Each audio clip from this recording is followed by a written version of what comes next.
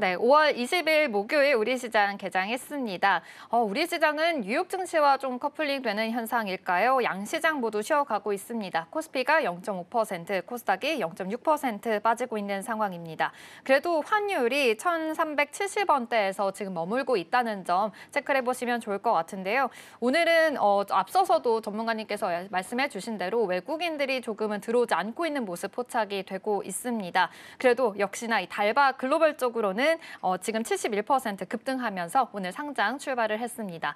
전문가님, 오늘 시장 분위기가 역시나 뉴욕 증시와 조금은 커플링 되는 것 같습니다. 외국인들도 들어오지 않고 있는 모습이고요. 지금 시장 분위기 어떻게 보고 계실까요? 네, 일단 먼저 출발은요. 무디스 쪽에서 신용등급 강등이 지금 출발했었는데 네. 사실 신용등급이 강등됐다라는 것 자체는 이제 국채금리 상승으로 이어질 수 있다라는 거였죠. 이게 굉장히 큰 문제였는데 그런데 정작 보니까 그런 현상이 나오지 않았어요. 그런데 이번에 트럼프 쪽에서의 감세 정책 이게 만약에 또 시작이 이제 진행이 되게 된다면 의회 통과가 된다면 추가적인 재정 불안을 또 야기시킬 수가 있겠죠. 그런다면 결국 이제 미국 재정적인 위기의 불안감을 좀 느낄 수가 있어요. 거기다가 국채금리 20년물을 어제 이제 입찰을 하게 됐는데 거기에서 나온 이제 국채금리 최종적으로 결정된 게 5%대입니다. 네. 그런데요, 우리가 이제 미국의 국채금리를 지금 최근 들어서 4%, 5%를 계속 얘기하고 있는데 불과 2021년도 이 코로나 전까지의 미국에서 발행되는 국채금리는 0% 수준이었습니다. 미국의 국채는요, 전 세계에서 가장 안전한 자산이라고 평가를 받죠. 그런데 0%에서 발행되었던 그런 국채가 지금 이제 5%대에서 발행하게 된다면 미국은 재정적인 부담을 크게 느낄 수밖에 없죠. 그런데 여기서 또 우리가 봐야 되는 건 과연 한국은 어떨까? 이번에 수출 데이터가 또 나왔죠. 그런데 관세에 대한 부담 때문에 수출 데이터가 또 망가졌어요. 그렇다면 한국의 신용등급은 강등이 또 나올 수가 있다라는 것도 우리가 또 염두를 해봐야 된다는 겁니다. 그래서 한국 증시에 있어서는 오늘 주가가 좀 떨어지고 그리고 그동안 주가가 좀 많이 떨어졌기 때문에 저평가에 대한 이 메리트도 있긴 하지만요.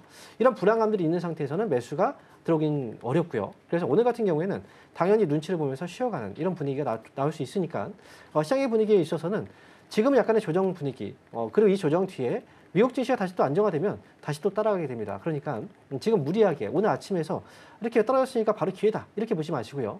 당분간 이 충격이 조금 이제 흡수가 되면서 시장에서는 대표 주도주가 좀 움직이게 되겠죠. 주도주의 반등이 나오는 걸 확인하고 나서 그러고 나서 종목들을 매매하시는 것도 하나의 방법이다. 이렇게 말씀을 드리도록 하겠습니다. 네, 지금 아무래도 계속해서 지금 뉴욕에서는 불안정한 상황이 이어지고 있고 지금 한국에서도 신용 등급에 대한 우려도 생각해 봐야 한다라고 말씀해 주셨으니까 이 점 바로 따라붙기보다는 좀 관망세인 자세 필요할 것이다라고 이야기해 주신 만큼 참고해 보시면 좋을 것 같습니다. 지금 주도주 쪽으로 좀 바라봐야 된다라고도 말씀을 해 주셨는데 사실 요즘에 원전주들 굉장히 잘 갔었잖아요. 두산 에너빌리티도 계속해서 상승하는 흐름을 보였었는데 오늘 쉬어갑니다. 지금 증시가 쉬어가서 그런 건지 단기간에 그냥 숨고르기다라고 봐도 괜찮은 건가요?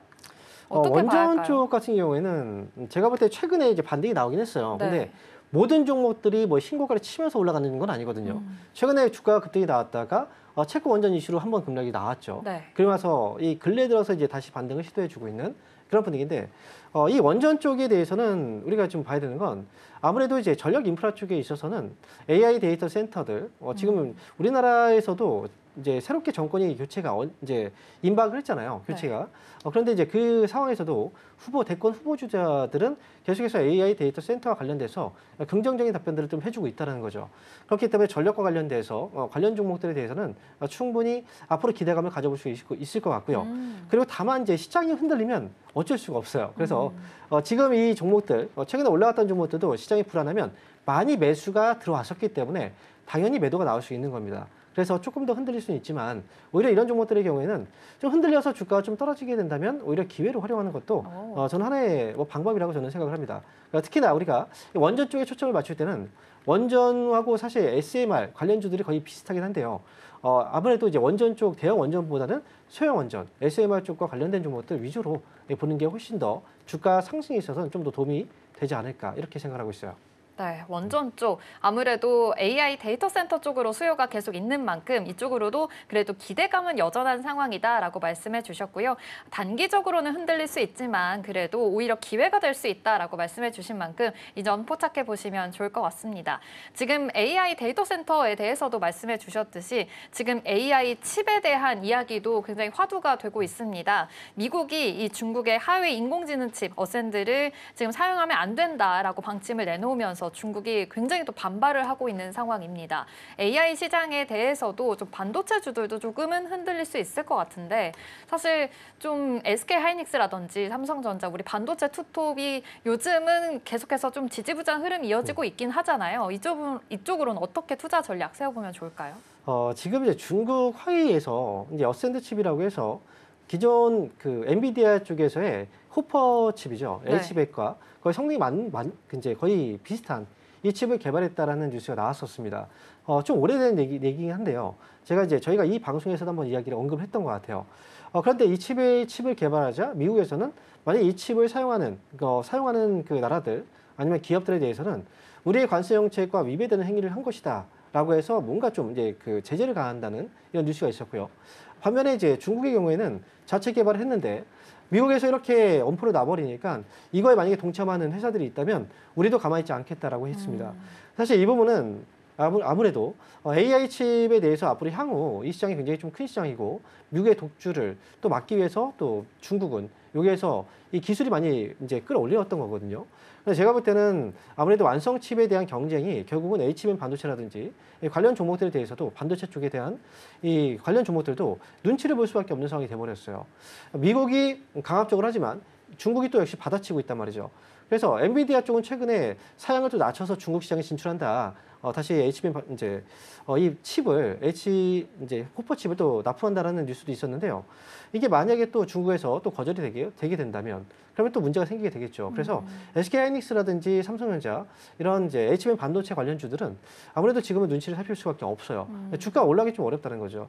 이 누가 승자가 될지 모르겠고 어쨌든 지금은 싸우고 있는 상황이기 때문에 네. 이런 분위기 안에서는 당연히 국내 기업들도 움츠러들 수밖에 없다. 이렇게 말씀을 드릴 수가 있겠습니다. 아무래도 지금 이런 미중 간의 갈등, 좀 관세 전쟁이 계속되고 있는 상황이기 때문에 반도체 투톱도 눈치 보기 장세가 이어질 수밖에 없다라고 이야기해 주셨습니다. 이번 주에는요, 한미 간 이 관세 협상, 실무 협의가 또 예정이 되어 있습니다. 그러다 보니 이 관세 정책에 대해서도 계속해서 이야기가 나올 수밖에 없을 것 같은데요. 반도체 이외에도 자동차 그리고 뭐 철강, 화학까지 지금 좀 불안정한 상황이 이어지고 있잖아요. 이쪽으로도 투자 포인트 어떻게 지금 세워보면 좋을까요? 지금 한국하고 미국하고의 관세 협상이 지금 네. 진행이 되고 있고 22일까지거든요. 그런데 여기에서 이 관세 협상에 대한 부분들은 솔직히 지금은 대선이 앞두고 있는 상태이기 때문에 대선 앞두고 뭔가 협의점을 찾기는 어려워요. 아마 이제 그 전에도 그냥 언제 합시다라고 이제 뭉뚱그려서 얘기를 했던 것처럼 이번에도 이런 상황이 있으니 뭐 대선 이후에 나머지 구체적인 안에 대해서 협의를 합시다라고 이야기를 하고 나서 이 원론적인 부분들만 얘기하고 끝날 가능성이 있습니다. 제가 볼 때는 이제 국내 한미에 대한 어떤 한국과 미국의 관세 협상 이번에 이 내용들보다는 일본의 3차 관세 협상이 오히려 더 중요하다. 네. 이렇게 볼 수가 있어요. 23일이거든요. 이제 날짜가 이제 얼마 안 남았죠. 일본이 지금 3차 관세 협상을 지금 미국하고 협상을 진행하게 되는데 여기에서 이제 가장 중요한 화두 부분이 앞에서 자동차 섹터 얘기했었죠. 일본도 역시 자동차 섹터에 대해서 자동차 쪽에 대한 이 관세를 다 줄이고 싶어요. 그래서 미국이 과연 이 부분을 받아들이는가? 그리고 10%의 기본 관세를 이것도 없앨 수 있는가? 이 부분도 협의를 지금 하려고 하거든요. 그래서 일본 측에서 관세 협상의 3차 이 관세 협상에 대한 내용이 나오면 한국도 역시 가능하다라고 이제 볼 수가 있겠죠. 근데 만약에 미국에서 관세 협상에 있어서 자동차 쪽을 그렇게 관세를 크게 줄여주지 않는다. 그렇게 된다면 국내 자동차 업계는 좀 타격이 있을 수 있어요. 그래서 국내보다는 원론적인 부분들보다는 일본과의 관세 협상을 우리는 조금 더 눈여겨보셔야 되고요. 그 내용들의 결과가 나오면 아마 한국도 비슷하게 될 것 같습니다. 그래서 거기에 따라서 관련 종목들의 대응을 좀 하시는 게 좋을 것 같다. 이렇게 말씀드립니다. 네, 지금 일본과의 3차 관세 협상이 또 예정되어 있습니다. 이 점 중요한 포인트가 될 수 있을 것 같다라고 말씀해 주신 만큼 어떠한 내용들이 나오는지 잘 체크를 해봐야 될 것 같습니다. 우리나라에도 큰 영향이 미칠 수가 있기 때문에요. 투자 포인트 잘 세워보시기를 바라겠습니다. 스탁 포인트는 여기서 마무리하도록 할게요. STV 황민영 멘토와 함께했습니다. 고맙습니다. 네, 감사합니다.